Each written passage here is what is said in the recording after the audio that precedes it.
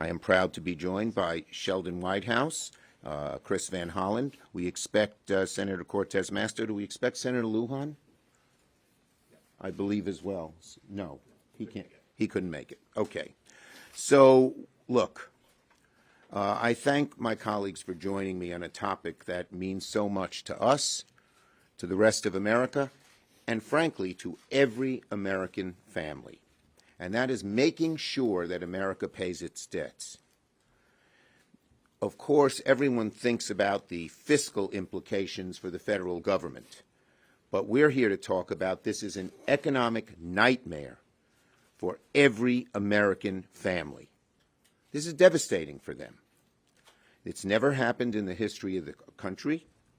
It would threaten the health we know of our economy and the very stability of the global financial system just at a time when we're recovering, all at the hands of a handful of MAGA extremists in the House Republican Party.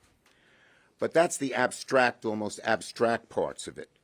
This default would mean real dollars coming out of American families' wallets.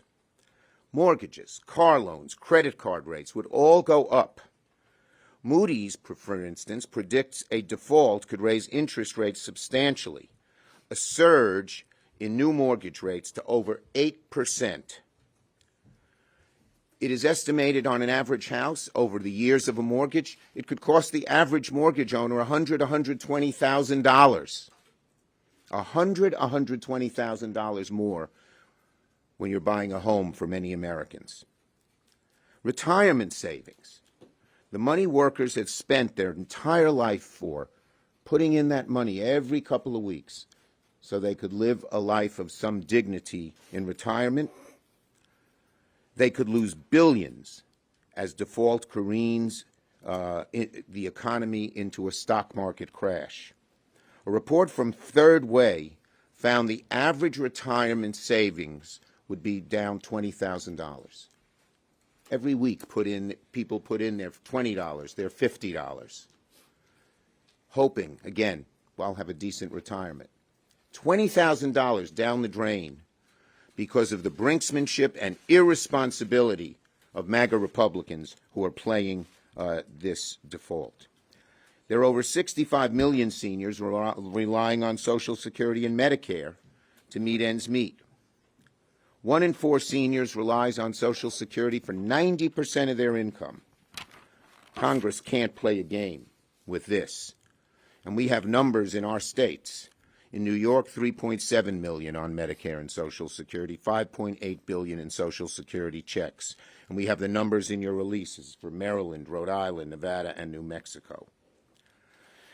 So, all of these folks would be at risk as their retirement savings is worth much, much less. Veterans across the country, they rely on their government for their disability, their health care, their pensions, could be left with no support. Medicare reimbursements for our hospitals would go way down. Health care treatment would be worse. Health care treatment would be more expensive. And there'd be massive layoffs at so many of our hospitals, and particularly in rural areas, many of my counties, the hospital is the largest employer. Food on the table, 42 million Americans get it. And so we can think of scenarios. I think of a senior in Albany who can't afford the rent because their Social Security was delayed, a disabled veteran in Baltimore who won't know if he or she can get the care he or she needs, a parent in Albuquerque that relies on SNAP and doesn't know if they can feed their kids, a family in Bristol who just bought their first home, and now their mortgage is sky high, a local hospital in Carson City having room procedures and coverage disrupted. It would be chaos. It would be an economic disaster. Interest rates go skyward. That affects everything: cars, homes, credit cards, student loans. Stock market goes down dramatically. That affects the retirement savings of people who have 401ks, IRAs. It's going to be, as Mark Zandi, hardly a extreme person, hardly a progressive liberal, says it's going to be bedlam. and that's probably the most appropriate word. So we say to Leader McCarthy, Speaker McCarthy, we say to our Republican colleagues in the House and Senate, the debt ceiling should not be a bargaining chip because people's lives are at stake. Families' incomes are at stake. People's jobs are at stake. Retirement benefits are at stake. That is why in the past, under Democratic and Republican presidents, we have raised the debt ceiling without brinksmanship, without coming right up to the line and going over it. We must do that again. No hostages, no brinksmanship. Let's get this done. Our view, they ought to show us their plan. We don't believe they have a plan they can actually pass with Republican votes in the House. But that's the first step to moving forward. But when they realize how risky this is and how it affects average Americans, I believe that we can all come together, pass the debt ceiling clean, as President Biden asked for last night. Thank you, and now we have Senator Whitehouse. Thank you, Chuck, and very well done at explaining the MAGA chaos that erupts if they persist in this pursuit. The full faith and credit of the United States of America is a national asset. It is a pearl beyond price that has withstood wars and depressions.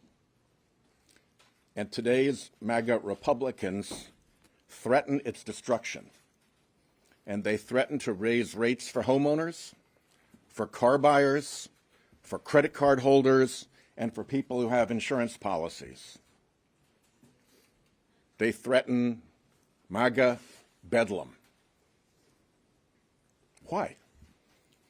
If they want to negotiate, there's a process for that.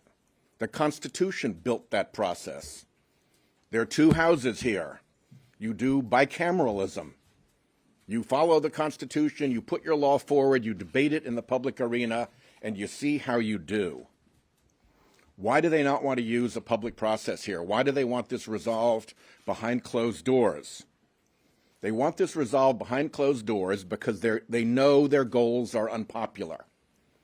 They know they are serving a billionaire, right-wing donor elite, and they know that their wishes, that billionaire right-wing donor elite, are not popular with regular Americans.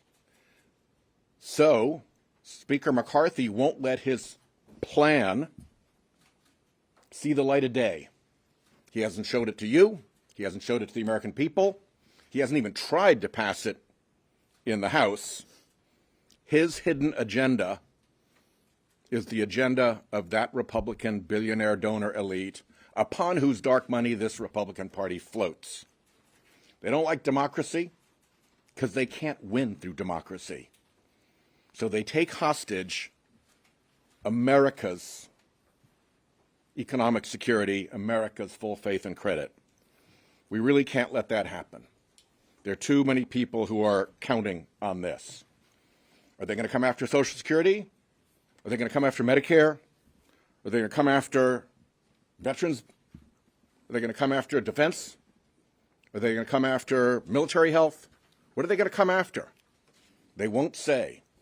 They want to cut a secret deal, and the secrecy alone of this is the best argument against it in a constitutional democracy. And I'll say one last thing. We would not have to be facing this now if all the Republicans hadn't jammed through the Trump tax scam that slashed government revenues and have pitched us to this point now.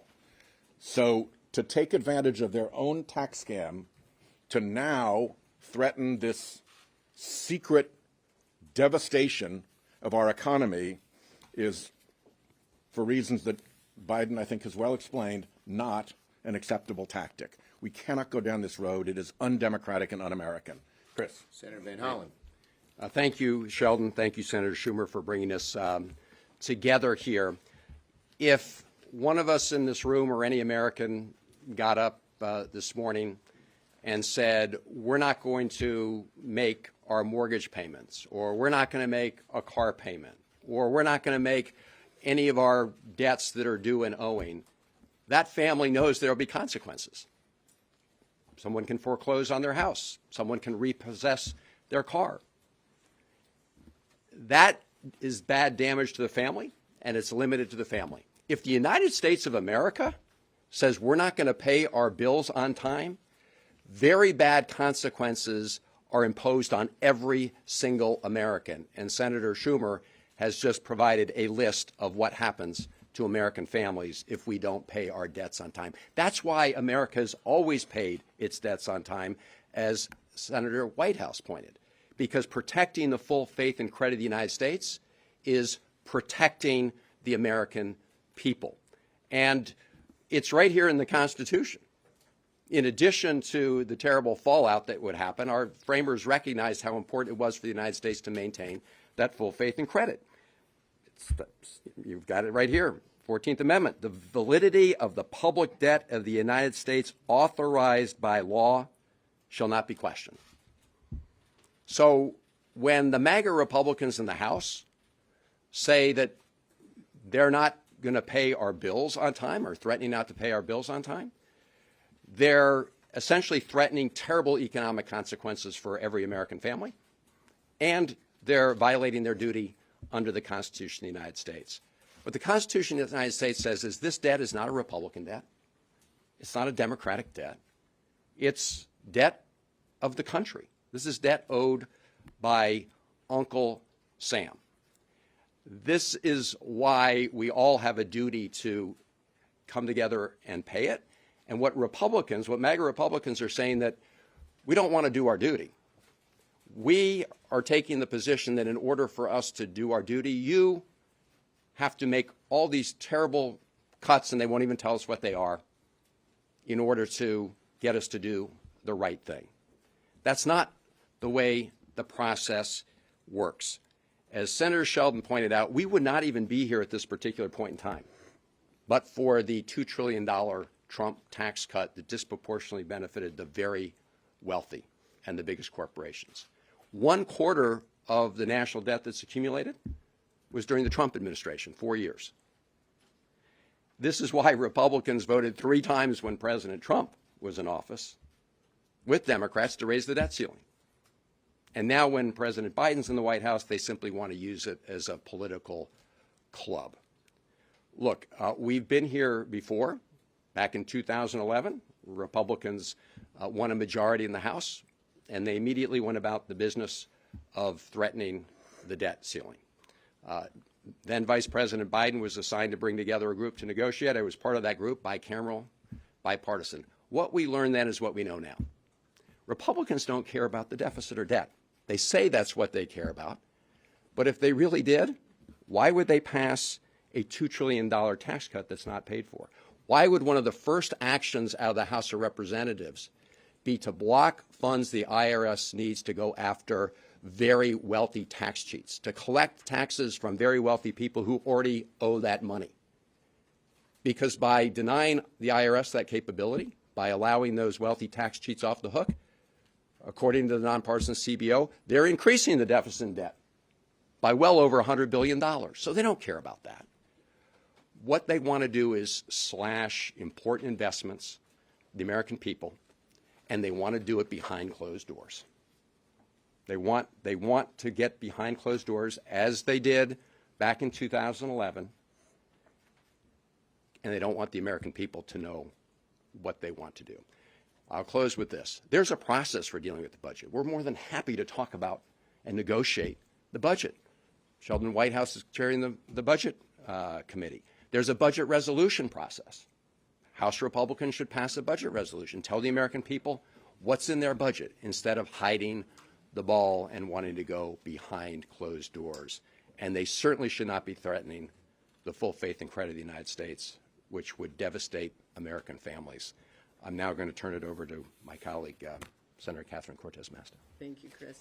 Thank you. So my colleagues have been so eloquent on this issue, but it really just comes down to this, and this is what every Nevadan knows that just like every family, every business, the U.S. government needs to not only pay its bills, but it needs to live within its means. And the debt ceiling that we are talking about right now is paying those bills. Those are the obligations that were incurred under previous administrations, both Republican and Democrat, and that's what we have an obligation to pay. It is not about future spending. We can have a conversation about future spending and learning to live within our means, and there's a process for us to address that. And you've heard it from my colleagues. That's the budgeting process. That's appropriations. And by the way, should we learn to live within our means? Absolutely. And that's why in the Inflation Reduction Act, we worked hard to ensure that we're reducing the deficit by $300 billion. So there are ways for us to work together to get this done. But unfortunately, the Republican leadership right now in the House would rather play games with people's lives, which seems to me constantly, instead of thinking about the greater good, they're thinking about their own political interests. But with their own political interests in mind, let me just remind my colleagues in the House the impact it has just on the state of Nevada. Because if we are to go into a default, the impact in my state alone would cause a number of things. Housing costs would skyrocket, with the total cost of mortgage going up by $117,000. More than 50,000 Nevadans could lose their jobs. More than 500,000 Nevadans relying on Medicare could lose access to health care. And more than 200,000 Nevada veterans may not be able to receive their benefits, something that I don't think any of us are willing to accept. So there is a lot at stake. I will tell you this. The other thing that we haven't talked about is this very issue. If House Republicans won't work with us to raise the debt limit, it will also threaten our national security. Nevada is home to major military installations from Creech to Nellis Air Force Base to our Naval Air Station to our Army Depot in Hawthorne. A default could make them unable to continue their regular procedures and training. And the 16,000 military personnel in Nevada could be working without a paycheck. That's just in Nevada. Think about the implications across the country. So I urge my colleagues in the House that want to play games to think about and be pragmatic. I know it's a novel concept here in Congress. To be pragmatic about the implications long term and what it really means at the end of the day. Because these are serious complications and implications for so many across this country who expect us to work together to do the right thing and not take action that is going to harm so many across this country. Thank you. As my colleagues have shown, default is so devastating that going right up to the line is really very, very risky and dangerous for the American people. Go ahead. Ted. Speaker McCarthy told Biden yesterday that the clean debt ceiling won't pass the House. What about you? Is it a red line for you that only a clean debt ceiling? Look, we've been very, very clear. We are for a clean debt ceiling. We don't want hostage taking. We don't want brinksmanship. We believe the House cannot pass a debt ceiling bill the way they're talking about it. That if it is very minor cuts, the MAGA Republicans will rebel. If it is major cuts, the more mainstream Republicans will rebel. That's why we're saying, show us your plan. Because I don't think they can get one together. That's why I think that Speaker McCarthy says, let's have discussions, but isn't laying out a plan.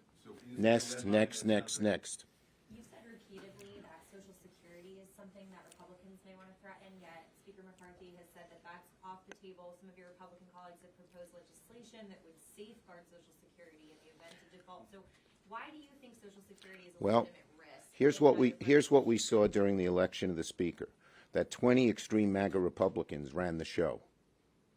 There are many of those extreme MAGA Republicans who are calling for cuts in Social Security and or Medicare. Many of them. It's a great worry. Democrats are not going to rest. We're going to keep saying we will not touch Social Security, we will not touch Medicare.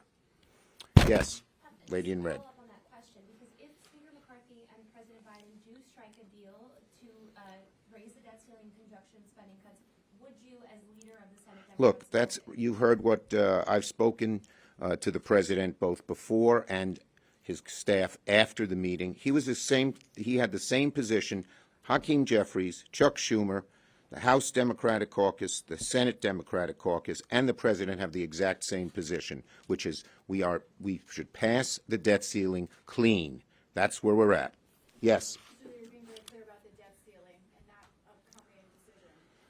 However, in a bigger picture, do you believe this country has a debt problem, and what is your plan? Well, yes, and unlike Republicans, who, for instance, passed the Republican tax cuts on the very wealthy and the ultra-big corporations, which increased the debt by $1.7 trillion, we Democrats have reduced it. A, it's gone down in the Biden years from the Trump years, and B, in the IRA, we passed the first major piece of legislation that said for every dollar we spend, we're putting a dollar to a debt reduction, and it brought it down $300 billion. So the IRA is properly named. It was the first time any party really passed a bill that reduced the deficit. We're proud of that. We believe we can do both. We can reduce the deficit, answer the phone, and this is my intelligence guy. He's always in the skiff, so when he calls, I try to answer it, but I won't now. Yes, in the back, way in the back. Do you think that President Biden should put tax revenues on the table with his, as part of his negotiation with Speaker McCarthy Look, as he's pushing for? as we have said, it was the tax reduction of the Trump tax cuts that helped create this deficit in a very large way, and we didn't hear any Republicans even shrug a shoulder about that at all. So it's our view that debt ceiling, because of the danger, because it would be bedlam, because it would do all of these things, should be done cleanly.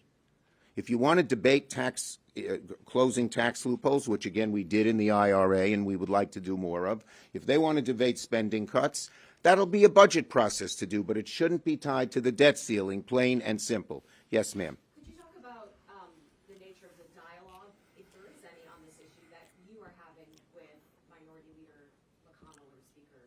Well, Leader McConnell has been very clear. He's sort of been similar to what I've been saying and what the president's been saying, which is the House got to go first, and the House has got to decide. It is our view that the House is going to have a very difficult time passing anything, but, you know, we can be from whatever state. Show me. Missouri? We can be from Missouri. Show us. Show us the plan. It's not far from Kentucky. Okay? Our plan is simple. We do have a plan. It's very simple. Pass it. No brinksmanship, no tying things to it. It's a very simple, easy plan that has united Democrats. Last one. A little bit off topic, Hunter Biden has recently changed his legal strategy where he is going after some of the folks who were involved in publicizing his laptop. I'm not getting into that. I haven't and I won't. Thank you, everybody.